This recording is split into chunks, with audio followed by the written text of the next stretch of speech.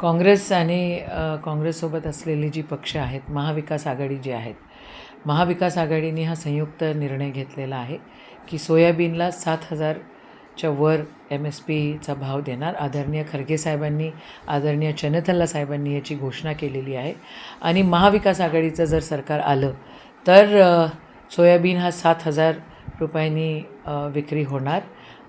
माझी सर्व शेतकऱ्यांना आव्हान आहे की बाबा सोयाबीन आत्ता विकू नका. थोडंसं 4-5 दिवसच राहिलेले आहेत. तुम्ही थोडं थांबून जा. आपलं सरकार आलं तर आपण 7,000 भाव नक्कीच देऊ, असं आदरणीय खारगे साहेबांनी या ठिकाणी आपल्याला आश्वासित केलेलं आहे.